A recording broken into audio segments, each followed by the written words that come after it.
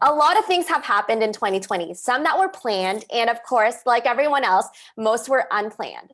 The fact is, it was an extremely busy year for us with record sales, a growing company, dealing with multiple roles with working from home, plus a lot of uncertainty and news on the weekly. So in this video, Simon and I are going to sit down, process, and reflect on how we did.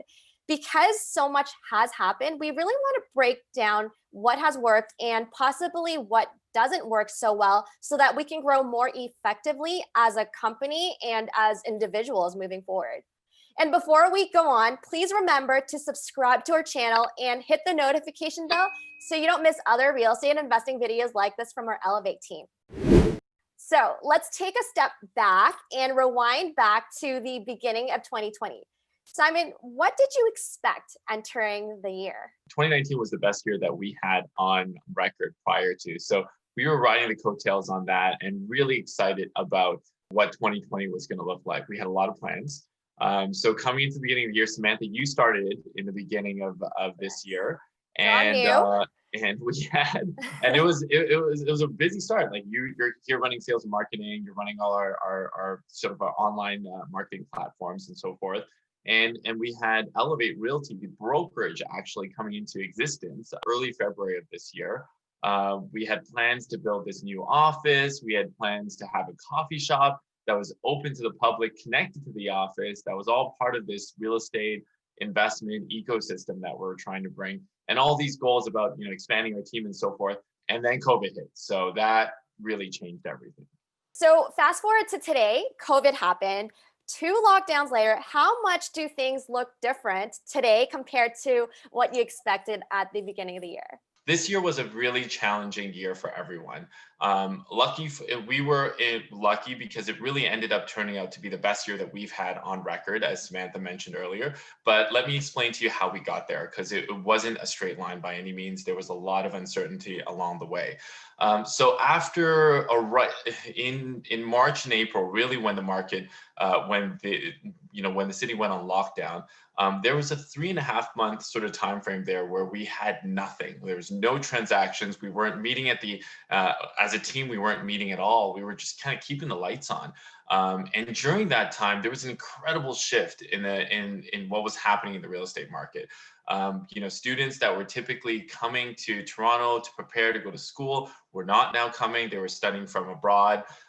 We had young professionals who typically are looking to move downtown to be part of the vibrant core, and had decided to, again, stay home with their parents, save money, because really there were all the hospitality jobs, also tourism related jobs were all closed effectively. Even like just work from home, even bank jobs. Absolutely. A lot of the stuff. So everyone was working from home. And so the desire for more space became very apparent. Living out of condos that were sort of 500 square foot, if you're lucky. Like there were some condos that were 350 square feet, and living out there 24 hours a day just felt like you were in a jail cell. So as you all already know, the condominium market really took a huge hit over the course of the last, really up until now. Even it's been a dramatic drop off, with prices going down between 15 to 20% in the condo market, and rents down easily 20 to 25% during that same period of time. So it's been an incredible adjustment in that space, and condo investors are selling, and so the supply is abundant right now in the condominium space, and the deals are there, one can argue, certainly because the prices have gone down so much. In our space, though, in the freehold domain, it wasn't quite the same. Limited supply.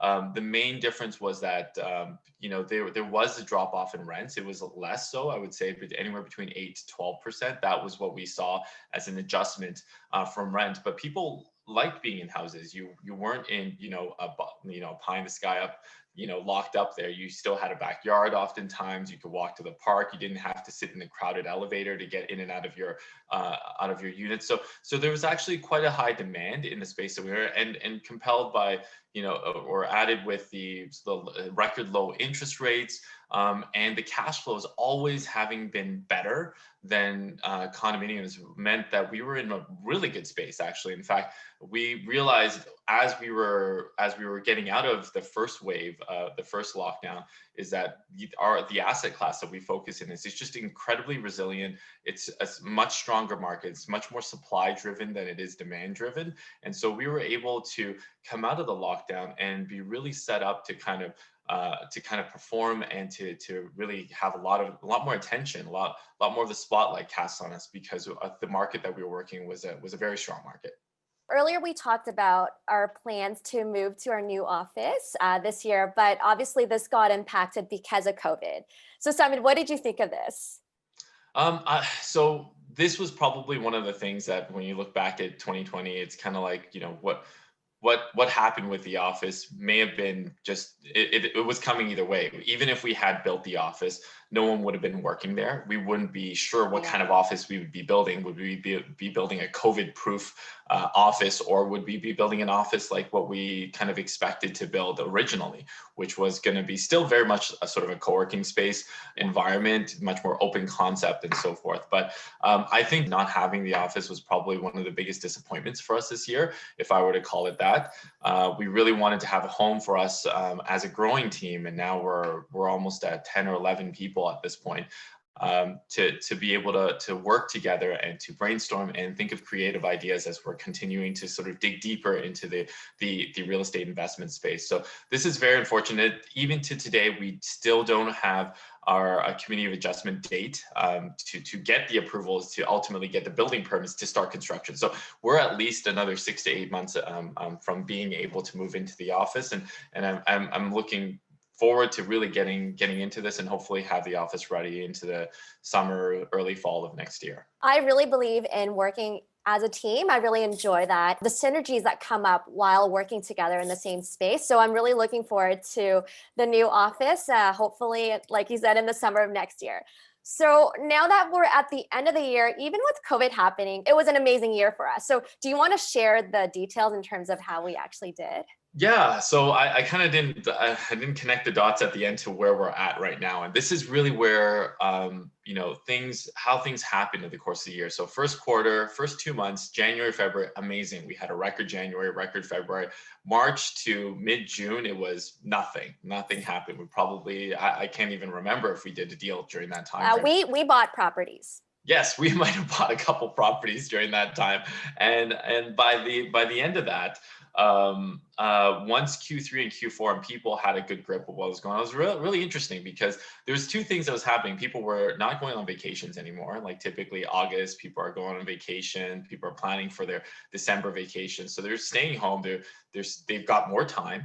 They're saving more money. In fact, those that were kept their employment and were able to continue and work from home and so forth. So we experienced a huge pickup in Q3 and Q4 for investors, both returning investors from previous years who had seen some of the corrections that have happened in the condominium markets, and guys who were like, okay, that this is the right market to be in, the freehold investment market. So we did this year, and mostly at the back half of the year, over $60 million in transactions this year, which is a $15 million increase from last year, 2019, which was our record year prior to. And we're a small team, so yes, put in perspective, we've only got 4 full-time agents on the team at this point. So it's really it's an incredible achievement considering we had basically 3 months off in that time frame. And along the way, what had additionally happened on the property management side, we typically take on about 25 to 30% of the clients that transact with us ultimately have us manage their properties. So that portfolio grew to just over 180 units this year, which this was a 30% increase. We were approximately at 140 units the year prior. But the biggest change on the property manager side was leasing. So as you guys can imagine, in 2019, all the lease rates were at the record highs. And so once the tenants realized that if I just move, I can drop my lease payments by 10 and 15% or whatever it was, they basically said, okay, we're giving our notice. And in a lot of cases, we had to either have a discussion with the landlords to renegotiate the rents with the existing tenants, or the tenants just decide to leave and say, okay, I'm just going to find a better place. So we went from doing 80 to 100 leases last year to doing over 130 leases this year, which was quite a significant increase on the leasing side. And that again largely was due to re-tenanting the 2019 tenants and the fact that the rents had gone down by a significant amount relative to 2019 as well. Yeah. Well, the good thing about that is, in the beginning, people were afraid that tenants won't pay, but most tenants did pay. It's just a correction of the rent. So we're seeing like 10% drop. So it's actually not that bad in that big picture. Yes. Our long-term goal as a company is growth. And, I don't think it's just about sales. It really involves the growth of our entire team as well. Do you want to talk about how things grew on our team side? I'll start by talking about the team itself. How about and Yeah. then go from there, because really we've grown by quite a bit. We're I think at 11 full-time people, 10 or 11 full-time people this year. Yes. Samantha, you started at right at the beginning of the year. We had Larissa join us towards the end of Q3, and then David, who's recently joined us as a property manager, and Greg as well, who's assisting us on the leasing side. So the team's actually grown quite a bit, and it's been a very sort of rewarding process to kind of see the interactions as we're all really getting to know each other and working and starting to figure out how to gel well as a larger group of individuals. And keep in mind, we're not meeting in person, so all these meetings we're doing are via Zoom, and our weekly meetings are via Zoom as well. So it is a little bit awkward still, It's but true. we've I haven't met David yet. We've adjusted to it at this point. One of the other things that happened that I think is quite significant this year is, as a team, we acquired 6 properties. That's huge. I think we went up. I think the properties that we manage that are self-owned amongst the group went from, I think it was like 23 or 24 to close to 30 individual properties now, which is incredible. So I'm really proud of the team to kind of continue to walk the talk, as we say. We really believe in the asset class that we're purchasing, and we're advising our clients to purchase.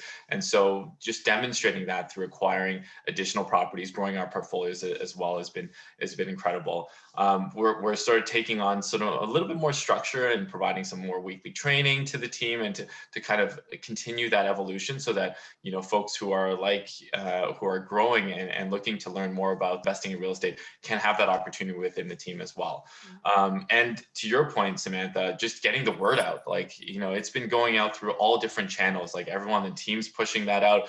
You've got the channels on Instagram, on Facebook, LinkedIn, YouTube, like Google search, all that kind of stuff has been amazing to get the word out. And this year has been the first year, and really I credit you, Samantha, for this, is to reach out beyond our own individual networks. I will say this, that every single client that I've worked with prior to was part of my either first or second or third degree network. It was Lucky you. I had a direct connection to them. And this year is the first year that we've been able to sort of drive some new clients that are coming out from all the efforts to sort of explain and teach people about how to make better investments in the real estate space. So kudos to you on that, Samantha, as well. But it's been a great year for the team, all in all. We've seen a lot of uncertainty this year, and despite everything, we've really processed it and managed to plow forward and keep on moving, take action.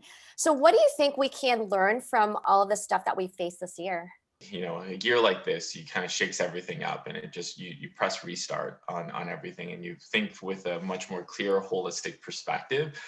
From my perspective, at a very personal level, it's being much more grateful for the things that are happening around you that you don't notice, and staying positive, and being happy with what you have and where you're at right now, having a roof over your head, having good food, being around great people. Like, those are simple things that I think, during a very challenging time like COVID, those are the things that you're most grateful for. And I think that's, looking back, that's one of the things for me at a personal level, very personal level, that I want to mention. We talk about relationships. It's been a challenging year. You can only Zoom chat with so many people. Really, you're not seeing people for coffees, for lunches, and so forth, and that's a really difficult environment to be in. So to appreciate those relationships and not take them for granted when we get out of this, hopefully sometime in the spring or summer of next year, and to really put more emphasis on those, on the relationships that are around you.